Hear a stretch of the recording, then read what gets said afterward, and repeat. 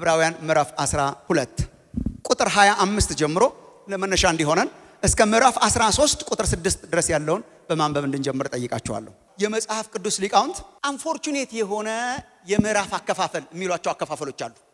እዚህ ጋር እንኳን መከፈል አልነበረበትም እያሉ የሚያስተምሯቸው ክፍሎች ታውቃላችሁ። ምዕራፍና ቁጥር በመንፈስ ቅዱስ መሪነት እንዳልሆነ ታውቃላችሁ እናንተ መቼም ብዬ። አሁን ጳውሎስ ሲጽፍ ሮሜ ምዕራፍ 1 ምናምን ብሎ አልጻፈም። ዝም ብሎ ነው ደረደረደረ። ከዛ ለማጥናት እንዲመቸን ሊቃውንቱ ይሄን በአንድ ምዕራፍ በዚህ ቁጥር ይሄን ሁለተኛ እንትን ይሄ ሐሳብ የሚቀየርባቸውን ቦታዎች ምዕራፍ እያደረጉ ነው የከፋፈሉት። አንዳንድ ቦታ ላይ ባይከፈል ይሻላል እያሉ ያስተምራሉ አንዳንድ መምህራን። አንዱ በጣም ኦልሞስት ብዙ መምህራንን ስትሰሙ እዚህ ጋር መከፈል አልነበረበትም የሚሉት ምዕራፍ 12 እና 13 ነው። ሌላ እያወራ ይመስላል ግን አንድ አይነት ነው የሚያወራው። አንድ አይነት እያወራ እንደሆነ አድርጋችሁ ስሙ። ለሚናገረው እምቢ እንዳትሉ ተጠንቀቁ። እነዚያ በምድር ላስረዳቸው እምቢ ባሉ ጊዜ ካላመለጡ ከሰማይ ከመጣው ፈቀቅ የምንል እኛስ እንዴት እናመልጣለን? በዚያን ጊዜ ድምፁ ምድርን አናወጠ። አሁን ግን አንድ ጊዜ ደግሜ እኔ ሰማይን አናውጣለሁ እንጂ ምድርን ብቻ አይደለም ብሎ ተስፋ ሰጥቷል። ዳሩ ግን አንድ ጊዜ ደግሜ የሚል ቃል የማይናወጡት ጸንተው እንዲኖሩ የሚናወጡት የተፈጠሩ እንደሚሆኑ ይለወጡ ዘንድ ያሳያል። ዋናው ኮር ይሄ ነው። ቁጥር 28 ስለዚህ የማይናወጥን መንግስት ስለምንቀበል በማክበርና በፍርሃት እግዚአብሔርን ደስ እያሰኘን የምናመልክበትን ጸጋ እንያዝ። አምላካችን በእውነት የሚያጠፋ እሳት ነውና። ልድገመው ይሄን። ስለዚህ አለ። ስለዚህ የማይናወጥን መንግስት ስለምንቀበል በማክበርና በፍርሃት እግዚአብሔርን ደስ እያሰኘን የምናመልክበትን ጸጋ እንያዝ። አምላካችን በእውነት የሚያጠፋ እሳት ነውና። ምዕራፍ 13 የወንድማማች መዋደድ ይኑር። እንግዶችን መቀበል አትርሱ። በዚህ አንዳንዶች ሳያውቁ መላእክትን እንግድነት ተቀብለዋልና ከነርሱ ጋር እንደታሰረ ሆናችሁ እስሮችን አስቡ። የተጨነቁትንም ራሳችሁ ደግሞ በስጋ እንዳለ ሆናችሁ አስቡ። መጋባት በሁሉ ዘንድ ክቡር፣ መኝታውም ንጹህ ይሁን። ሴሰኞችንና አመንዝሮችን ግን እግዚአብሔር ይፈርድባቸዋል። አካሄዳችሁ ገንዘብን ያለ መውደድ ይሁን፣ ያላችሁም ይብቃችሁ። እርሱ ራሱ አልለቅህም ከቶ አልተውህም ብሏልና። ስለዚህ በድፍረት ጌታ ይረዳኛልና አልፈራም፣ ሰው ምን ያደርገኛል እንላለን። እኔ ስለ ሙዚቃ ብዙ አላውቅም። የሙዚቃ ነገር ብዙ አይደለሁም። ጓደኞቼ ሲጫወቱብኝ አንዳንድ ጊዜ ጊታር እንድጫወት ያደርጉኛል፣ ለመዝናናት ማለት ነው እንጂ እነሱ ሊዝናኑብኝ ነው እንጂ አላውቅም። ብዙ ነገር አላውቅም ስለ ሙዚቃ። ግን የሙዚቃ ኃይል በጣም ይገርመኛል። ሙዚቃ የሆነ ፓወር አለው። የሆነ ነገር እንድትሆኑ ያደርጋችኋል። በቃ ምላሽ እንድትሰጡ ያደርጋችኋል። በቅዱስ መጽሐፍም የሚለው እሱ ነው። በቃ በጽናጽል በከበሮ ምናምን የሚለው እንትን ያደርገናል። ምላሽ እንሰጣለን። ሙዚቃ ፓወር አለው። ሲያስለቅስም ያስለቅሳል፣ የሚያስተክዘውም ያስተክዛል፣ የሚያነቃቃውም ያነቃቃል። እንዲሁም አንዳንድ ማለት ምላሽ አለመስጠት አይቻልም። እንዲያውም የሰው ልጅ በእናት ማህፀን እያለ ራሱ ለሙዚቃ ምላሽ ይሰጣል ይባላል። ግን ስለማናስታውስ እሱን በእምነት ነው የምንቀበለው። ሳይንስ ይላል ውስጥ ሆነን ራሱ ሙዚቃ ስንሰማ ይላል፣ ሳይንቲፊካሊ ይላሉ ውስጥ ሆነን ሙዚቃ ስንሰማ ሪስፖንድ እናደርጋለን ይባላል። አይ ዶንት ኖ እንደዛ ይላሉ። ግን ከወጣን በኋላ ግን ግልጽ ነው። ትንንሽ ልጆች ራሱ የሆነ ደደን ሲል የሆነ ነገር ያደርጋሉ፣ ምላሽ ያሰጣል። ወይ ያስለቅሳል፣ ወይ ያስደንሳል፣ ወይ የሆነ ነገር ያደርጋል እንጂ ዝም ማለት ብዙ አይቻልም። አንዳንድ ጊዜ ያው እኛ ችለን ጸጥ ብለን እናልፋለን እንጂ ከለቀቀው ራስን ምላሽ እንድትሰጥ ያደርጋል። የእግዚአብሔር መንግስት ነገርም እንደዛው ነው። የእግዚአብሔር መንግስት ነገር እንደገባችሁና እንደተገለጠላችሁ የምታውቁት ምላሽ እንድትሰጡ ያደርጋችሁ። እንደ ሙዚቃ ነው። ከገባህ እንደ ሙዚቃ ነው። ከተገለጠልህ እንደ ሙዚቃ ነው። ይገለጥልሃል። ከተገለጠልህ በኋላ ምንም አለ ማለት አትችልም። ዝም ካልክ አልበራልህም ማለት ነው እንጂ ከበራ የእግዚአብሔር መንግስት ነገር ልክ እንደ ሚውዚክ ነው። ከበራ ልክ እንደ ሙዚቃ ነው። ሙዚቃው ሲጫወት ምላሽ እንደሚሰጠው ምላሽ እንድትሰጥ ያደርጋል። በነገራችን ላይ የእግዚአብሔር መንግስትን መገለጥ በሙዚቃ የመሰልኩት እኔ አይደለሁም። ለመጀመሪያ ጊዜ የእግዚአብሔር መንግስትን ነገር በሙዚቃ የመሰለው ጌታ ኢየሱስ ነው። ካስታወሳችሁ ማቴዎስ ወንጌል ምዕራፍ 11 ላይ ስለ ዮሐንስ መጥምቁ ሲናገር፣ መጥምቁ ዮሐንስ ያው የተሰናከለበት ጊዜ ማለት ነው። መልእክተኞቹ ከሄዱ በኋላ ስለ ዮሐንስ መጥምቁ መናገር ጀመረ። በጣም እያደነቀው መናገር ጀመረ እና በዚያውም ህዝቡን ኮነነ። ህዝቡን በጣም ኮነነ። ህዝቡን የኮነነው ምን እንደሆነ ታውቃለህ? ህዝቡን የኮነነበት አኮናነን ለምንድነው ሙዚቃ እየሰማችሁ ጸጥ ያላችሁት ነው። ዮሐንስ ሳይበላ ሳይጠጣ በምድረ በዳ እየተራበ እየተንከራተተ የእግዚአብሔር መንግስት ነገር ነገራችሁ። ጋኔን አለበት ብቻ ነው ያላችሁ። አስተያየት ሰጭ ብቻ ናችሁ እንጂ ምንም አላላችሁ። ያችኑ ደግሞ የእግዚአብሔር መንግስት ነገር ደግሞ የሰው ልጅ መጣና እየበላ እየጠጣ ማለት እግዚአብሔር ሙዚቃውን ቀየረው ማለት ነው። መገለጡ አንድ ነው። ሙዚቃው ተቀየረ እነኚህ ሰዎች ብሎ ሙዚቃውን ቀየረው እና የሰው ልጅ ደግሞ እየበላ እየጠጣ መጣና እግዚአብሔር መንግስት ነገር ነገራቸው አለ። ይሄ የኃጢአተኞች ወዳጅ ከነሱ ጋር የሚበላ ተች ብቻ ሆናችሁ አለና ሲገልጻቸው ምን አለ? ሙሾ አወጣንላችሁ አለ። እና ይተገላለጽ ሙሾ አወጣንላችሁ ዋይ ዋይ አላላችሁ ማለት ሙሾ ማለት ሙሾ ማለት የለቅሶ አስለቃሽ ምናምን ያስለቅሰው አለ። እነዚህ ሰዎች ያለቅሶ ይሆናል አስለቃሽ ሙዚቃ ለቀቅን አለ። የሚያስለቅስ ማለት ሙዚቃው የሚያስለቅስ ነው። የሚያስለቅስ ሙዚቃ ለቀቅን አለ። ዋይ ዋይ አላላችሁ አላለቀሳችሁ ማለት ከዛ ሜቢ ብለ ቀየር ነውና እምቢልታ ነፋንላችኋል። እምቢልታው የሱ መሆን አለበት። እምቢልታ ደግሞ የድል ነው እና እምቢልታ ነፋንላችኋል። ትራምፔት እና ኖርማሊ ይሄ የሚያዘፍን ነው፣ የሚያስደንስ ነው፣ የሚያስደልቅ ነው እና መጣና ሙዚቃውን ጋር እምቢልታ ነፋንላችሁ አልዘፈናችሁም። አያለቅሱምም አይደንሱምም። ሙዚቃውን ይጫወተዋል። የእግዚአብሔር መንግስት ዝም ነገር ነው። አልበራላችሁ። ጌታ ኢየሱስ ትምህርቱ ምንድነው? የእግዚአብሔር መንግስት ነገር ምላሽ እንድትሰጥ ያረጋሃል። ምላሽ ከበራለ ሙዚቃው ከታየም ልክ እንደ ሙዚቃ ነው። ልክ ሙዚቃውን ሲጫወተው እግዚአብሔር ምላሽ እንድትሰጥ ያረጋሃል። ወንድሞቼ እናቶቼ በሮሜ በዕብራውያን በኤፌሶን በማቴዎስ በዳንኤል የምንማረው የእግዚአብሔር ስራ ልክ እንደ ሙዚቃ ነው።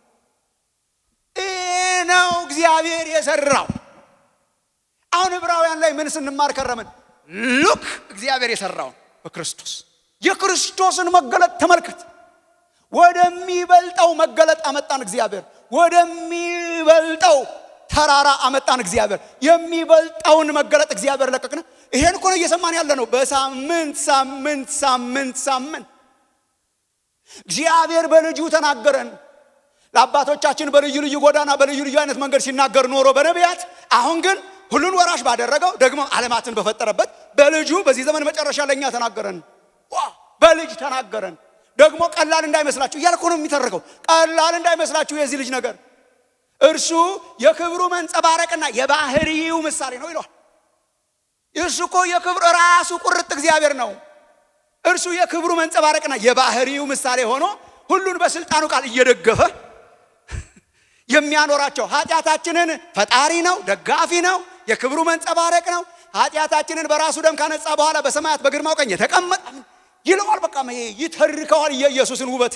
ከሳምንት ሳምንት እየሰማችሁት እንዳለ እየተሰባሰበ ይተርከዋል የኢየሱስን ውበት። እርሱ ይበልጣል፣ ከመላእክት ይበልጣል። ምዕራፍ 1 ምዕራፍ 2 ከመላእክት ይበልጣል፣ ከነኚህ መንፈሳዊ አካላት ይበልጣል። ከነርሱ የበለጠ ስምን በወረሰ መጠን ከነርሱ እጅግ አብዝቶ ይበልጣል። እርሱ ይበልጣል ነው በቃ እርሱ ይበልጣል። ሕዝበ እስራኤልን ከግብፅ ምድር ካወጣው ከሙሴ በላይ ነው የኛ መሪ ይላል።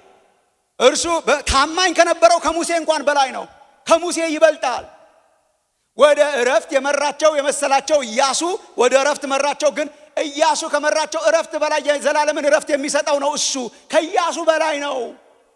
ካህናቱን ያነሳል፣ ሌዋውያኑን ያነሳል። ከሌዋውያኑ ከካህናቱ በላይ የሆነ ሊቀ ካህናታችን ነው።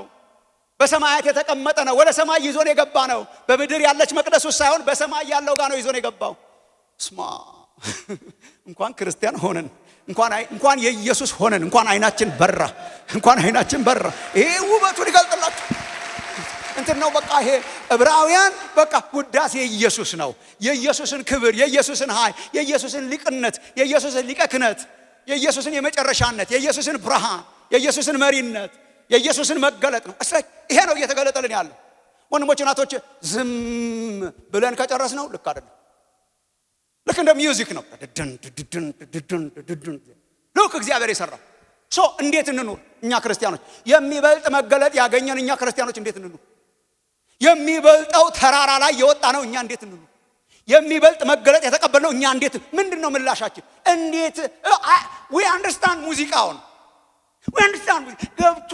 ገብቶናል። የመጨረሻ ነው ኢየሱስ።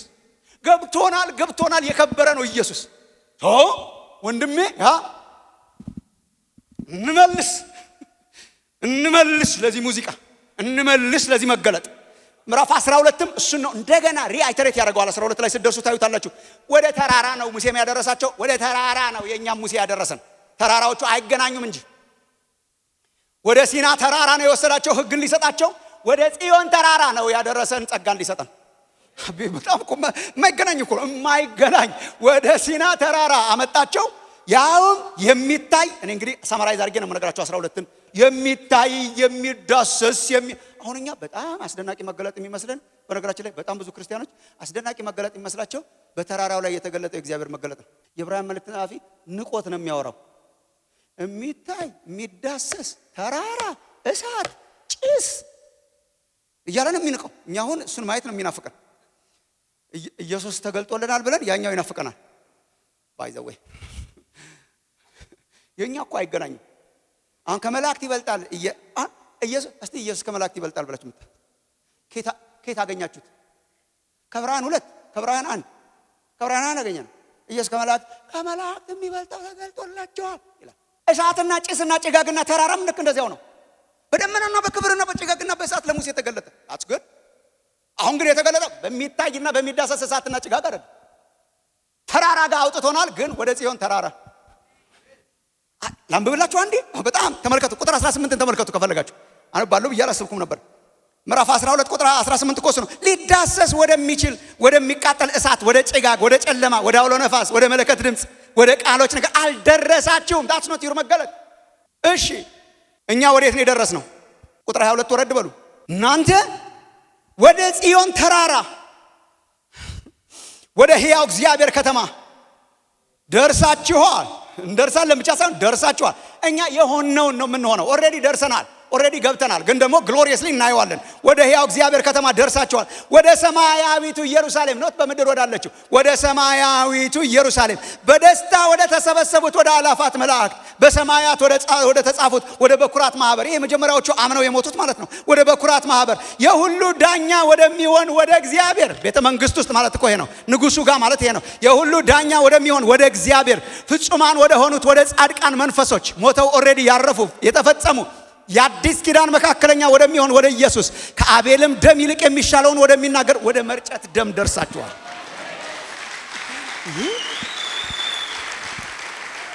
እያንዳንዱ ያከርማል።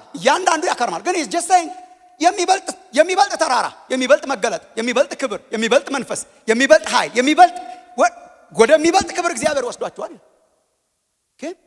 ግን ተመልከቱ ወገኖች፣ ሲያነጻጽረው እነርሱ በምድር ወርዶ አስረዳቸውና በምድር ማለት በጭጋግ በሰዓት ሲያስረዳቸው ተንቀጠቀጡ። የሚታየው በጣም የሚያስፈራ ነበር። ትዝ ይላችኋል ዘጸአት 20 አንብቡ። የሚያስፈራ ነበር። ሙሴ እንኳን ራሱ ይላል። ሙሴ እንኳን ራሱ የሚለው ራሱ ያስገርመኛል። ሙሴ እንኳን ራሱ መካከለኛው እጅግ እፈራለሁ እንቀጠቀጣለሁ እስኪል ድረስ አስፈሪ ነበር ይላል። እንስሳ እንኳን ተራራውን ቢነካ የቅድስናው ክብር ማንም የማይደርስበት እግዚአብሔር እንስሳ እንኳን ተራራውን ቢነካ ተወግሮ ይሙት የምትል ትእዛዝ ስለነበረች በፍርሃትና በመንቀጥቀጥ ውስጥ ነበሩ። ታስታውሳለህ? ሙሴ አንተ ስማውና ለኛ ነገርን ይቅርብን የሱ ነገር የሚያስብል ነበር ይላል። አንቀጥቃጭ ነበር። አከበሩት፣ ፈሩት፣ አስደነገጣቸው የእግዚአብሔር ክብር። ሙዚቃው እኮ ነው that glory። አሁን እኛ የሚበልጠው መገለጥ ተገለጠ ይላል። የሚበልጠው መገለጥ ሲገልጠው በመጀመሪያ ደረጃ እነሱን በምድር ነው ያስረዳቸው። እምቢ እንዳትሉ ይላል። እነሱ በምድር ላስረዳቸው እምቢ አላሉም። እምቢ ባሉ ጊዜ ተቀጥተዋል። በምድር አይደለም እናንተን ያስረዳችሁ ይላል። በምድር አይደለም ያስረዳችሁ። በምድርማ ከሆነ በቃ ይሄ የማይጸና ነው፣ ተናውጦ የሚጠፋ ነው። እግዚአብሔር እኮ አንድ ጊዜ ሰማይና ምድርን ያናውጣል ይላል። ሸክ ያደርገዋል። በነገራችን ላይ እግዚአብሔር ምድርን ብቻ ተራራውን ብቻ ሳይሆን ሰማያንም ሸክ ያደርጋል። የሚጸናው ጸንቶ ይኖራል፣ የማይጸናው ይጠረጋል ማለት ነው። ባይ ዘ ዌይ this is coming። ይሄ ፒዩሪፊኬሽን is coming። እግዚአብሔር ይሄንን ዓለም ፒዩሪፋይ ያደርገዋል በእሳትና በክብር። የሚያልፈው ያልፋል፣ ቴምፖራሪው ያልፋል፣ እኛ ዋና ብለን የያዝነው ያልፋል። የማያልፈው ዘላለማዊው ፒዩሪፋይድ ሆኖ ይገለጣል። ናው ፒዩሪፋይድ ሆነው የማይጸኑ ብዙ ነገሮች አሉ። የማይጸኑ እግዚአብሔር በክብር ሲገለጥ የማይጸኑ ተናውጠው የሚጠረጉ ብዙ ነገሮች አሉ። እነሱን አይዘረዝርልንም፣ እኛም እናውቃቸዋለን። የማይናወጠውን አንዱን ግን ይዘረዝርልናል። የማይናወጥ ግን አንድ አለ ይላል። እሺ እኛ የተቀበልነው ህይወት፣ እኛ ግን የማይናወጥን መንግስት የማይናወጥን የማይወሰድን የዘላለም መንግስት የጸና መንግስት ስለምንቀበል እኛ የተቀበልነው መንግስትና ህይወት ለዘላለም የጸና የዘላለም ህይወት ነው።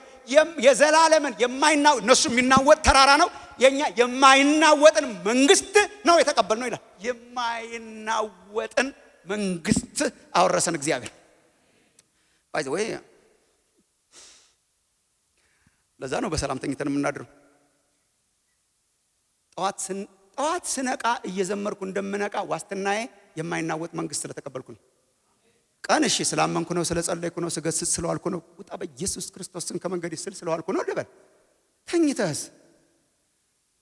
ተኝተን ስንነቃ እኮ ሃሌሉያ ብለን የነቃ ነው የማይናወጥ የማይወሰድ የዘላለምን ርስት እግዚአብሔር ራሱ ያወረሰ።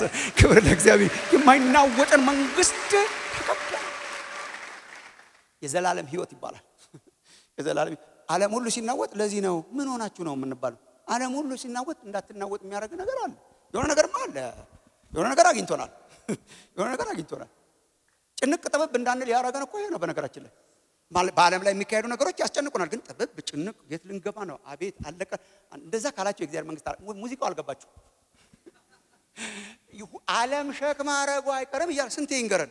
ዓለም ሸክም ማረጓ አይቀርም፣ የማይጸናው ይጠረጋል፣ የሚጸናው ቀጥ ብሎ ይቆያል። ቀጥ ብሎ የሚቆየው ለእናንተ የተሰጣችሁ ህይወት ነው አለን። ሸክም ባረገ ቁጥር እኮ አለቀልኝ ማለት የለብንም። እየተጣራ ነው። ግን የማይናወጥን ህይወትና መንግስት እግዚአብሔር ሰጥቶን ወገኖቼ፣ this is the music። ይሄ ነው ሙዚቃው። እና በቃ ዜማ ይሄ ሁሉ ወጥቶ ከምዕራፍ 1 እስከ ምዕራፍ 11 ይሄ ሁሉ ወጥቶ ሳንደንስም ሳናለቅስም ምላሽ ሳንሰጥም ዝም ብሎ መኖር ጤናማ ህይወት ነው? የገባቸው ይኖሩለታል። የገባቸው ምላሽ ይሰጣሉ። የማይናወጥ መንግስት መቀበላቸው የገባቸው ምላሽ ይሰጣሉ። ምንድነው ምላሻችን ነው? እሷን ነው ሰጥቻችሁ መሄድ። እሺ ዕብራውያን 1 እስከ 12 ድረስ የክርስቶስ መገለጥ በራልን። ያስ ምን እንመልስ? እንዴት እንኑ? ምን እንስጠው? ምን ምላሽ? ሙዚቃው ይሄ ነው። how do you respond? ኢየሱስ ክርስቶስ የገባው አማኝ እንዴት ይኖራል እያልኳችሁ እኮ ነው። ባጭሩ እኮ ገብቶናል ካልን ገብቶናል ካልን መታወቂያው ይሄ ነው። ፈተናችሁ ይሄ ነው። ኮርስ ሲያልቅ ፈተና አይደል የሚጀምረው? ኮርስ ሲያልቅ ይሄ ነው። ይሄ በራላችሁ። የሚበልጠው ሙሴ፣ የሚበልጠው ነብይ፣ የሚበልጠው ኢያሱ፣ የሚበልጠው ካህን፣ የሚበልጠው ሌዊ፣ የሚበልጠው መቅደስ በራላችሁ። የማይናወጥን ህይወት እንደተሰጣችሁ በራላችሁ። በሉ እንግዲያው ይሄው። ስለዚህ እሷን ከፈለጋችሁ ሰርክል አድርጉ። ስለዚህ የማይናወጥን መንግስት ስለምንቀበል በሉ እናንተ ደግሞ በፍርሃትና በመንቀጥቀጥ እግዚአብሔርን በማክበርና በፍርሃት እግዚአብሔርን ደስ እያሰኘን የምናመልክበትን ጸጋ እንያዝ። ማይናወጥ መንግስት ስለምንቀበል የምናመልክበትን ጸጋ እንያዝ። ባጭሩ ጥቅሉን ልንገራችሁና ዝርዝሩን አወራችኋለሁ። የክርስቶስ ብርሃን፣ የክርስቶስ መገለጥ ምን እንድንመልስ ነው የሚያረገን? ባጭር ቃል ምላሻችን ሙሉ አምልኮ፣ ኮምፕሊት ወርሺፕ። ኮምፕሊት ለምን እንዳልኩት ነግራችኋለሁ። ክርስቶስ በራልን። እንዴት እንመልስ? ምን እንመልስ? እንዴት እንኑር? በሉ በፍርሃትና በማክበር እግዚአብሔርን አምልኩ ብሎ ነው የሚያልቀው ዕብራውያን። እግዚአብሔርን አምልኩ። እግዚአብሔርን እናምልክ። ጸጋ ከለመናችሁ የምናመልክበትን ጸጋ ለምኑ። ጸጋ መያዝ ከፈለጋችሁ የምናመልክበትን ጸጋ ለምኑ። ለክርስቶስ መገለጥ ምላሻችን ምንድን ነው? አምልኮ። we worship him። ስለዚህ ምን እናድርግ? አምልኩ። ተገለጠላቸው። በተገለጠላቸው መሰረት አከበሩት። በተገለጠላቸው መጠን አመለኩት። በጣም በርቶላችኋል። በጣም ተገልጦላችኋል። የማይናወጥ ተራራ ላይ ወጣችኋል። የማይናወጥን መንግስት ወርሳችኋል። ምን እናድርግ? አምልኩ። ምን አይነት አምልኮ? ሙሉ የሆነ ኮምፕሊትድ የሆነ አምልኮ የምታመልኩበትን ጸጋ ያዙ ወገኖቼ። ምን ታዲያ ምን እንመልሳለን ከዚህ ውጪ? ታዲያ ምን እንመልሳለን ከዚህ ውጪ? ክርስቶስ በራልን፣ እንዴት እንኑር? ወርሺፕ ምን አይነት ሙሉ የሆነ ባይዘው ይሄ ሮሜን አንብባችሁ ሲጨርሱም ይሄን ነው የሚላችሁ ጳውሎስ። ሮሜ 1-11 ድረስ የክርስቶስን መገለጥ ሚውዚክ ምዕራፍ 11 ድረስ በሉ በእግዚአብሔር ርኅራኄ እለምናችኋለሁ ከዚህ በኋላ በሉ ሰውነታችሁን ሕያው ቅዱስ መስዋዕት አድርጋችሁ አቅርቡ። ምን ይመለሳል? ሕያው ቅዱስ መስዋዕት መልሱ። ሕያው ቅዱስ መስዋዕት፣ ሕያው ቅዱስ አምልኮ እንድታመልኩት ጸጋን ያዙ ይልና ለዚህ ነው ምዕራፍ 13ን እዚህ ጋር ባይከፈል የምንለው። እየቀጠለ ነው። ምን ማለት ነው አምልኮ? ይሄ ማለት ነው ብሎ የምንሰዋቸውን የመስዋዕት አይነቶች ይዘረዝራል። ባይዘው ምዕራፍ 13 በአምልኮ ቃል የተሞላ ነው። በጣም መሰዊያ መስዋዕት አለው። እናምልክ ብሎ ስቲል እያስመለከ እንደሆነ የምታውቁት በዚህ ነው። 13ም ገብቶ እናምልክ ነው። ለምሳሌ ምዕራፍ 13 ቁጥር 10 መሰዊያ አለን ይላልኛል። መሰዊያ አለን። ኦኬ። ከዛ ቁጥር 15 ላይ ወረድ በሉ። ቁጥር 15 ላይ እንግዲህ ዘወትር ለእግዚአብሔር የምስጋና መስዋዕት አምልኮ አይታያችሁ? መስዋዕት እንሰዋ ይላል። አንድ ልጨምርላችሁ። it's full of worship። ቁጥር 16 ሲያልቅ እንዲህ ያለው መስዋዕት እግዚአብሔርን ደስ ያስ ለዚህ ነው መከፈል የሌለበት። እናምልከው ብሎ ይሄንን እንሰዋ ነው ምዕራፍ። ግልጽ ነው። ምዕራፍ 13 ይሄንን እንሰዋ፣ እንደዚህ እናምልከው ይላል። ምዕራፍ 13ን በዝርዝር ለማውራት አይደለም የቆምኩት። በዝርዝር እንማራለን። አንድ ነገር ነው ግን የሚላቸው ይሄ ነው አምልኮ ነው።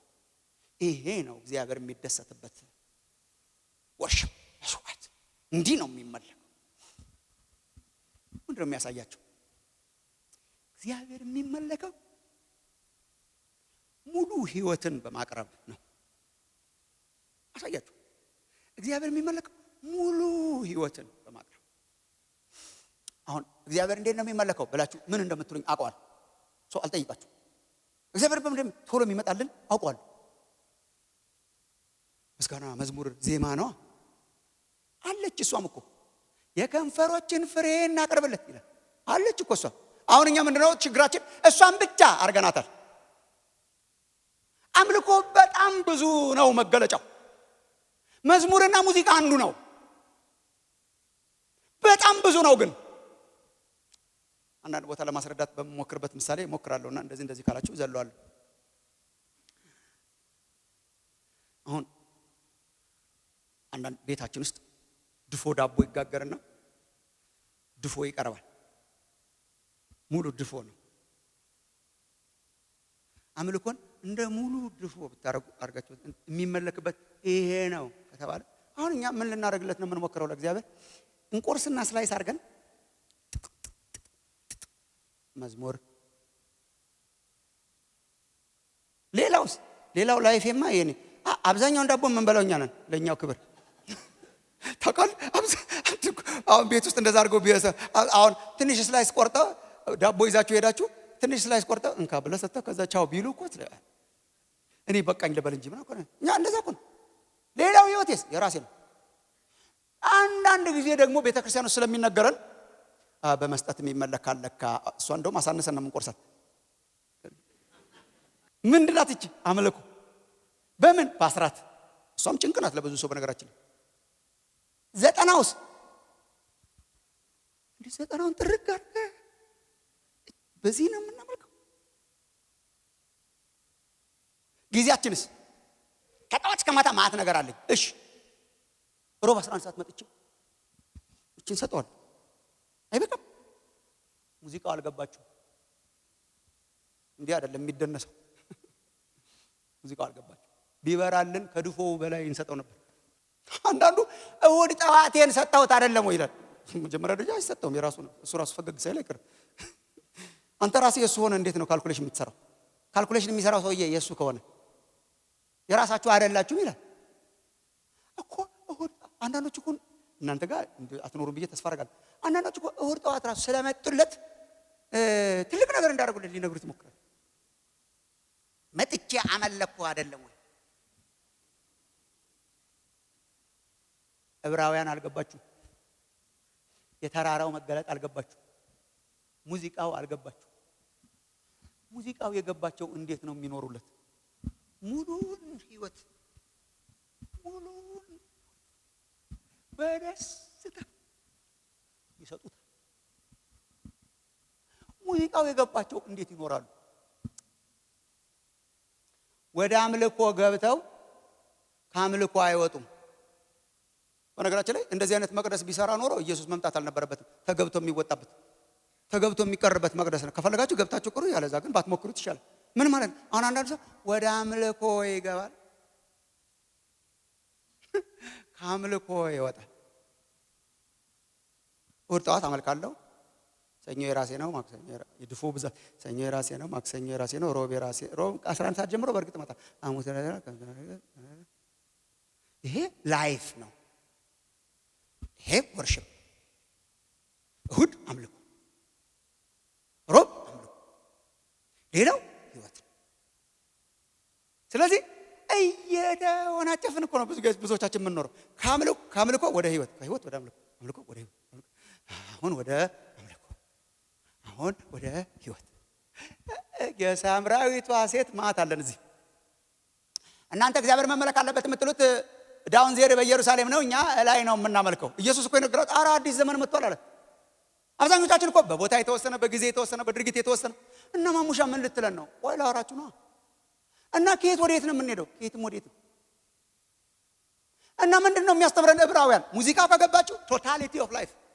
አምልኮ ማለት ቶታሊቲ ኦፍ ማይ ላይፍ። አይወጣበትም፣ አይገባበትም። እማንወጣበት እማንገባበት መቅደስ ውስጥ ነው ያስገባል።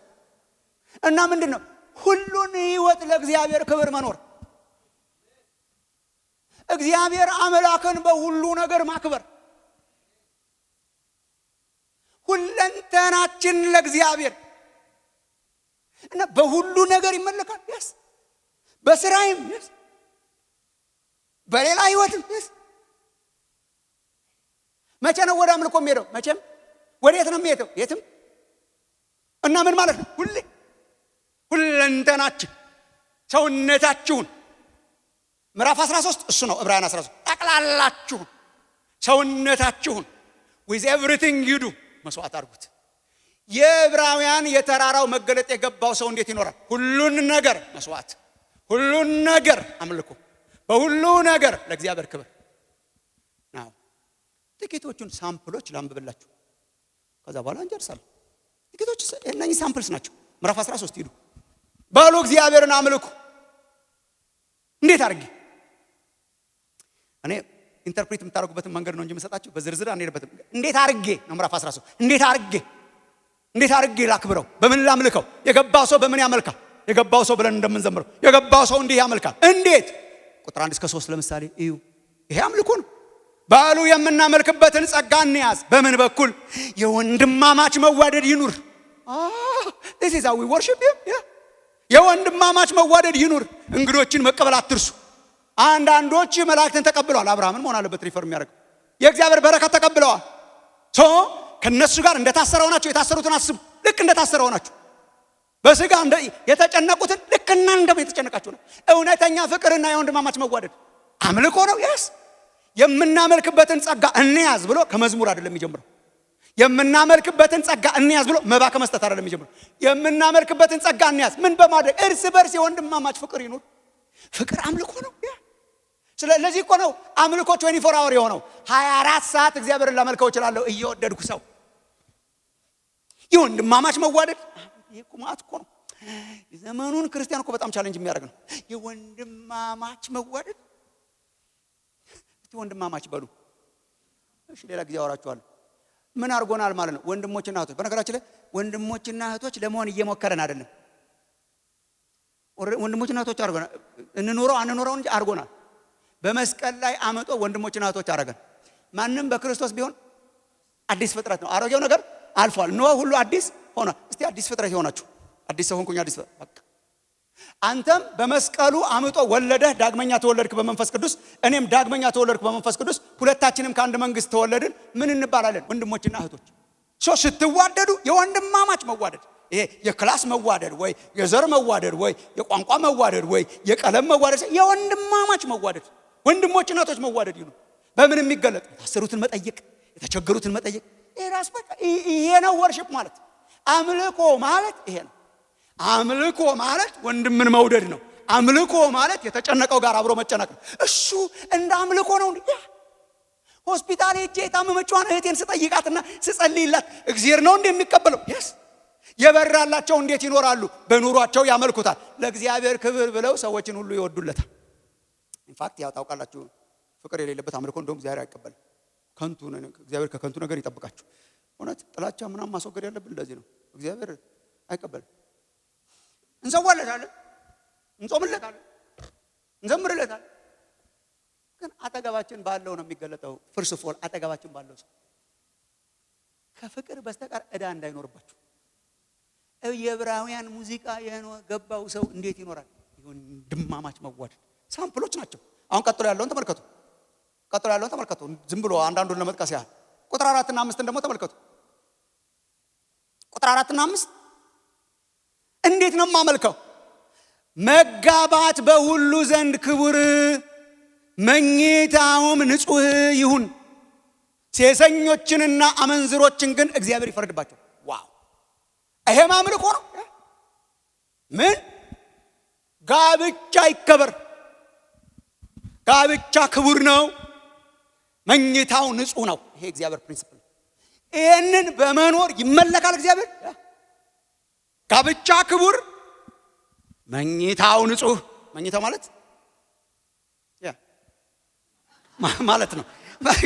በጋብቻ ኮንቴክስት ውስጥ ያለ ኢንቲመሲና ሪሌሽንሺፕ የተቀደሰ ነው፣ ንጹህ ነው፣ መኝታው ንጹህ ነው።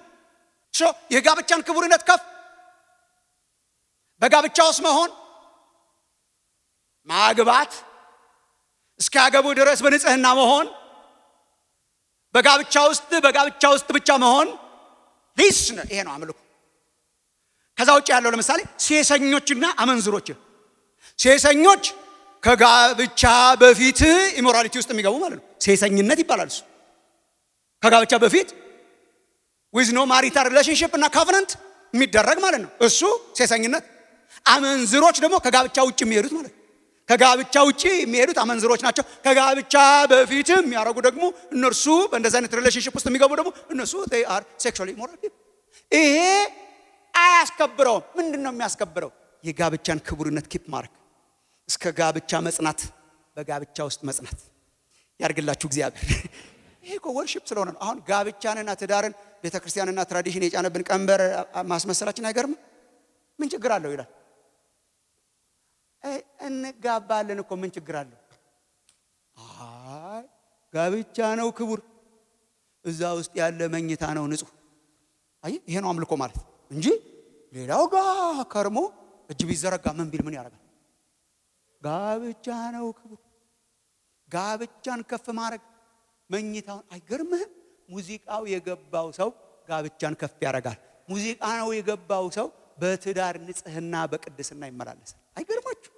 በቃ እያላችሁ ቀጥሉ። ከዛ በኋላ የሚዘረዝራቸው ሶስተኛውን በጣም ደስ ይለኛል። ቁጥር 5 ጀምሮ ያለው አይገርምም? ቁጥር 5 እና 6 ያለውን አይታችሁታል? ቁጥር 5 እና 6 ይሄ ቁጥር 5 እና 6 ምን ይታያል ካላችሁ፣ በእግዚአብሔር የረካ ህይወት፣ በእግዚአብሔር ሙልት ያለ ህይወት፣ በቃኝ የሚያውቅ ህይወት፣ በቃኝታ ይባላል። ኮንቴንትመንት ምን ይላቸዋል? ሎክ የምናመልክበትን ጸጋ እንያዝ። ምን ማለት ነው የምናመልክበትን ጸጋ? በዚህ በኩል ደግሞ አምልኮት በምን አካሄዳችሁ ገንዘብን ያለ መውደድ ይሁን። አካሄዳችሁ ገንዘብን ያለ መውደድ ይሁን። በነገራችን ላይ አካሄዳችሁ ያለ ገንዘብ ይሁን አይልም አይደል? ስናነበት ትክክል ማንበባችን መጀመሪያ አካሄዳችሁ ያለ ገንዘብ ይሁን። ያለ ገንዘብ እንዴት ይኬዳል? እሱማ መጥቶ አይቶታል እኮ ባያየውም ይገባው ነበር። ግን መጥቶ ደግሞ እንዳየው ቢያንስ እንዳየው እናውቃለን። ያለ ገንዘብ ታክስ ክፈል ተብሎ ያውቃል። የሱ ኤቲኤም አይቸግረውም ከየቦታው ፈልቀቅ ያደርገዋል እንጂ ታክስ ክፈል። ምሳ ገንዘብ አስይዞ ልኮ አስገዝቶ ነበር የሚባል። ግን በጣም የሚያወራው ነገር በጣም ይገርማል። አካሄዳችሁ ገንዘብን ያለ መውደድ ይሁን ይልና በጣም ልቤን ሙልት የሚያደርገው ቃል ያላችሁ ይበቃችኋል። ያላችሁ ይበቃችሁ፣ ያላችሁ ይብቃችሁ። ይህ ሰውዬ ምን እያለ ነው? ያላችሁ ይብቃችሁ። አንዳንዶቻችን ስሙኒ ነው ያለን፣ አንዳንዶቻችን በጣም ብዙ ነው ያለን። ሁለታችንንም ያላችሁ ይበቃችሁ የሚለው አይገርምም? በጣም እኮ አይገርምም? እንደዛ እኮ ነው። አንዳንዶቻችን እንትን ነው ያለን፣ አንዳንዶቻችን ወፍራም ነው እና ሁለታችንንም ይበቃችኋል የሚለን ኪሳችን ውስጥ ያለውን መዝኑ አይደለማ። ያላችሁ ይብቃችሁ ይልና ያለንን ይነግረናል። ያለን ስንት ነው? ያለን ስንት ነው? ያለን የት ነው? አይ ያለን እኮ ይሄ እኮ ያለን አይባልም። ይሄ እዚህ ውስጥ ያለው እሱ ነው ያለን ብላችሁ የተደላደላችሁበት። እንደዛ ሰውዬ ነፍሴ ወይ ጠጭ አሁን አለው። ይሄ ሰውዬ በነጋታው እኮ ነው ወደ ያ የሌለበት ቦታ ተጠራ ማለት ነው። እሱ እኮ ይከዳሃል እኮ ይተዋሃል። የለም እኮ በአንድ ቀን እኮ ዲቫሉዌትድ ሆኗል ይባላል። ባይ ዘ ወይ መኖራችሁ እንዳታረጉት አደራችሁ። ተጠቀሙበት እንጂ መኖሪያችን እንዲሆን እግዚአብሔር አልጠራንም። ይሄ እኮ አይደለም ያለን እኛ። ይሄ እኮ አይደለም ያለን በዚህ ምድር ላይ ያለ አይደለም ሀብት ንብረታችን። ለዛ እኮ ነው ይበቃችኋል የሚለው። ለምን መሰላችሁ? ያለንን ሲቆጠር ምን ይላል? አካሄዳችሁ ገንዘብን ያለ መውደድ ይሁን፣ ያላችሁ ይበቃችሁ እርሱ ራሱ ይላል። ኦኬ እኔ እዚህ ውስጥ ያለውን ትቆጥራለህ ብዬ ነበር። እርሱ ራሱ ማን ነው ያለኝ? እርሱ ራሱ ማን ነው ያለኝ? እርሱ ራሱ አይገርም? ማን ነው ያለኝ? እርሱ ራሱ አልተውህም ከቶም አልለቅህም ያለው ምንድነው ያለኝ? እርሱ ራሱ ምንድነው? ክርስቲያን አክቹአሊ ምንድነው ያለኝ አይልም፣ ማን ነው ያለኝ ነው። the most important question is ማን ነው ያለ? ምንድነው ያለ? ምንድነውማ ብንነቻ ምንድነው ራሱ ማን ነው ያለ ነው። ማን ነው ያለ? እርሱ ራሱ ምን ያለው? አልተውህም ከቶም አልለቅህም። በነገራችን ላይ ይሄንን ኢንሹራንስ ይሄንን ጋራንቲ ማንም አይሰጥም። ማንም ነገር ይኖራችሁ ግን የሆነ ነገር እያላችሁ ነው። ልተውህ እችላለሁ፣ ልለቅህ እችላለሁ። ጤና አትተማመንበትም። ሊተውህ ይችላል፣ ሊለቅህ ይችላል። ውበት አያስተማምንም። ለትንሽ ጊዜ እንታገል ይሆናል በምናምን እያደረግ ነው። ይተውሃል ከቶም ይለቅህ። ኃይል ስትሪንግስ ይተውሃል ይለቅህ። ገንዘብ ይተውሃል ይለቅህ። እውቀት ሊተውህ ይችላል፣ ሊለቅህ ይችላል። ዘመድ ጓደኛ ሊተውህ ይችላል፣ ሊለቅህ ይችላል። ማለት ኢንሹራንስ ገብቻለሁ እኮ ኢንሹራንስ ራሱ አንዳንድ ሰዎች እኮ ለኢንሹራንሳቸው ኢንሹራንስ ይገባሉ። ሊለቅህ ይችላል። ይሄ ዓለም ራሱ አየር ላይ ነው ተንጠልጥሎ ያለው ወገኖች። አይታችኋል? የስፔስ ፎቶ አንስተውን መሬትን ምንዋ ታስተማመናለች? አየር ላይ ተንጠልጥላ ያለች ነገር ተንጠልጥለን እኮ እኛ እኮ አይለቀንም ብለን የያዝነው ይሄን መሬቱን የሚናወጠውን ሳይሆን እርሱ ራሱ አልተወህም ከቶም አልለቅህም ነው።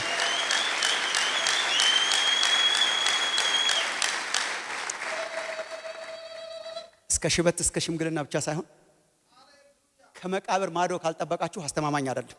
እርግጠኛ ማትሆኑበት ከመቃብር ማዶ ሰዎች ሀብት ያሳዝኑኛል። ባለጠጎች ተማምነውበት ሲያልፉ አንዳንድ ባለጠጎች ሲሞቱ እኔ የእውነት ከልቤ አዝኛ አውቃለሁ። የእውነት በጌታ ያልሆኑ ማለት ነው። ሲነቃ ማዶ ምን ብሎ ይሆን ብዬ ማለት ወርቅና ብር ባይ ባይ፣ ቤትና ንብረት ባይ ባይ።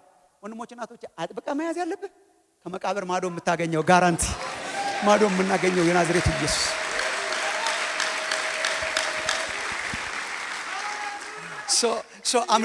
አምልኮ በምን ይገለጣል ካላችሁ ይሄ ነዋ፣ ፉከራ ነዋ። ጌታ ይረዳኛልና አልፈራም። ሰው ምን ያደርገኛል? ጌታ ይረዳኛልና አልፈራም።